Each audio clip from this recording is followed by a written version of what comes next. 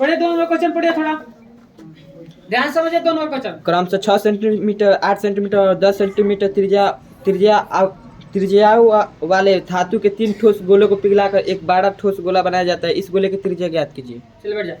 देख कर है क्रमशः 6 सेंटीमीटर और कितना सेंटीमीटर है, 8 सेंटीमीटर और 10 सेंटीमीटर त्रिज्या वाले धातु के 3 गोले हैं। कितना गोला है, 3। और तीनों को पिघला कर एक बड़ा गोला क्या किया जाता है, बनाया जाता है। इस गोले की त्रिज्या क्या कीजिए, आप देखिए पहले चित्र समझिए। 3 गोला है ना,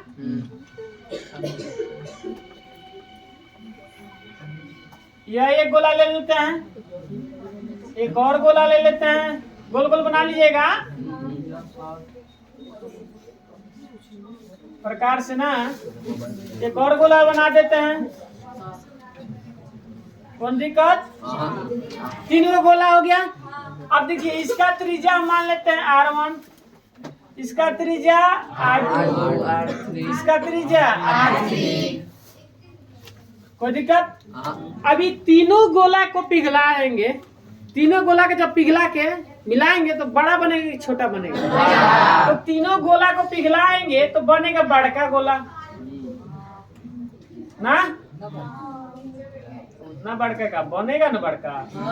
इसका त्रिज्या मान लेते हैं R4। कोई दिक्कत। तो हमें कह रहा है कि तीनों गोला को पिघलाएंगे तो बड़का गोला बन रहा है, तो बड़े गोले की क्या बताना है, त्रिज्या। त्रिज्या तो बढ़ेगा ना जी, अरे समझ में कोई दिक्कत। अब बताइए इसमें तो देखिए इसका R1 कितना लिख ले जी, 6 सेंटीमीटर, इसका 8 सेंटीमीटर, इसका 10 सेंटीमीटर।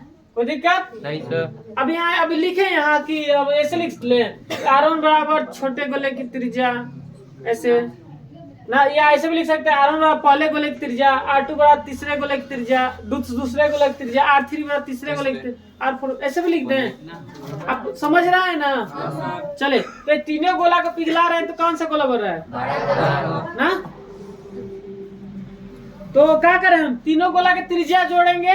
अब किसके करेंगे हम, बड़े गोले की त्रिज्या, तीनों गोले को हम पिघला रहे हैं तो बड़ा गोला बन रहा है। कैसे बताए, तीनों गोले का आयतन जोड़ेंगे, आप बराबर किसके करेंगे, चौथे गोले की, मतलब बड़का गोला जो बना है उसके बराबर। तीनों पिघलाएंगे, देखिए तो गोले का त्रिज्या, गोले का आयतन क्या होता है, पाई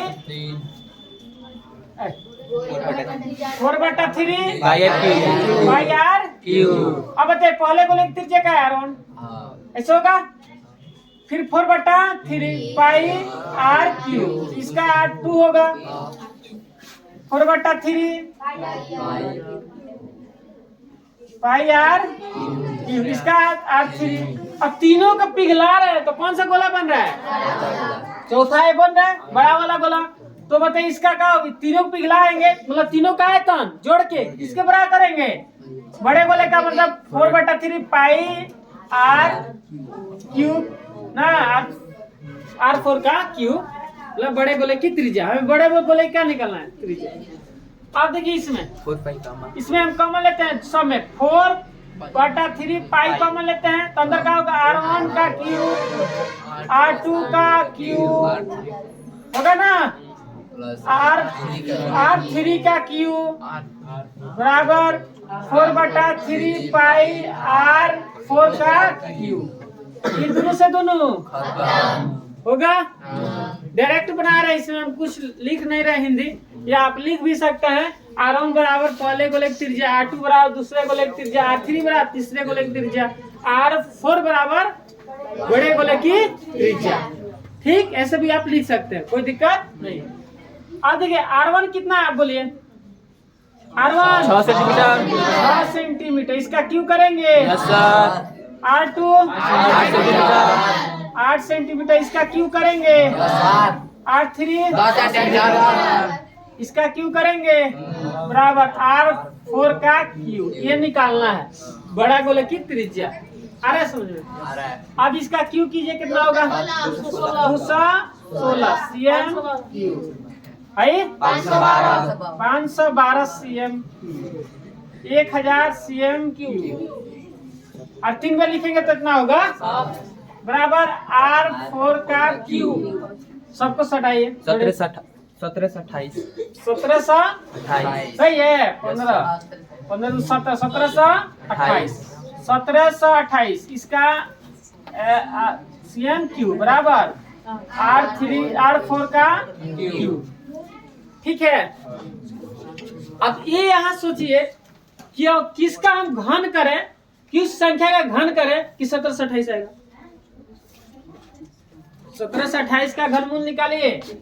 1728 का तोड़िए तो 2 से निकलेगा। 8 दूना 16, 6 दूना 12, 4 दूना 8 सही है। 4 दूना 8, 3 दूना 4, 2 से 2 सही है। 12 का 27 रुक जाइए। 9 3 अब बते 3 का जोड़ लगता है तो 2 दूना 4, 4 3 12। अब बते 12 CM का अगर हम Q ऐसे कर दें तो हमारे कहा जाएगा 1728 आएगा। 12 CM 12 का अगर Q करेंगे तो 1728 R4 का Q। अब बते Q से Q आई समझ में हो, आराम से समझो। तो R4 बराबर आपको क्या मिल गया? 12 सेंटीमीटर। तो बड़े गोले की त्रिज्या कितना आ गया? कोई दिक्कत नहीं सर। आया समझ में? आंसर आया है। चलिए